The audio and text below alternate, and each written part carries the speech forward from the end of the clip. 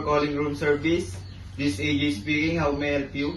Hi, I want to order some food. Certainly, sir. Do you have a menu with you? It's on the table next to your bed. Did you see it? Yes, May I have your name and room number, please? my name is Travis Marasigan and my room number is 16.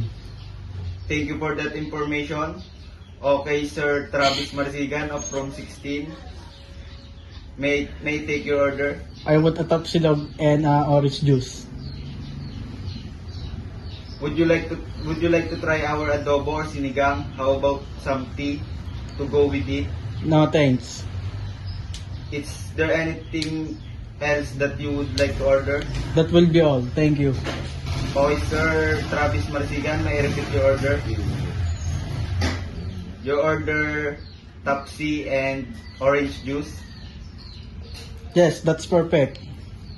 Your order will be delivered within 15 to 20 minutes.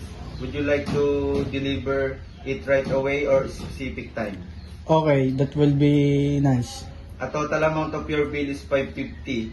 Are you willing to pay in cash or charge it to your room? Charge it into my room. Okay, sir. Thank you for calling room service. Have a nice day.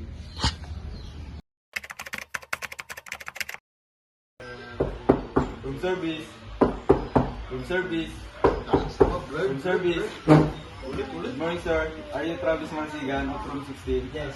Here's your room service order. May I come in? Yes, of course.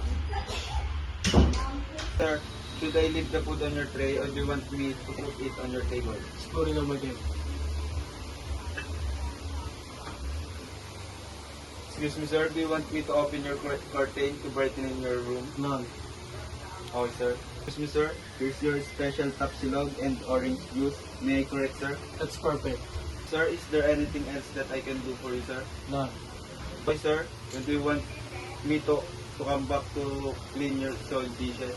After 1 hour, please. Okay, sir. If you are ready, just call us and dial 111. Thank you, and have a nice day.